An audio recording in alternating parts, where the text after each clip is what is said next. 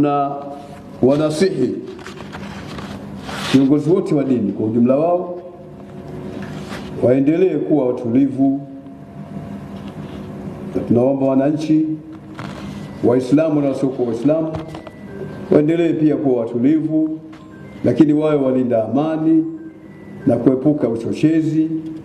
ambao unaweza ukatugawa popote pale ulipo uchochezi huo, iwe kwenye mitandao ya kijamii au kwingineko,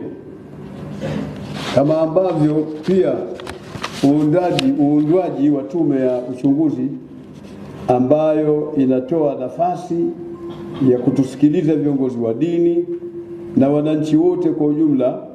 ni jambo jema sana, kwa maana linatoa nafasi ya kila mwananchi kusikilizwa.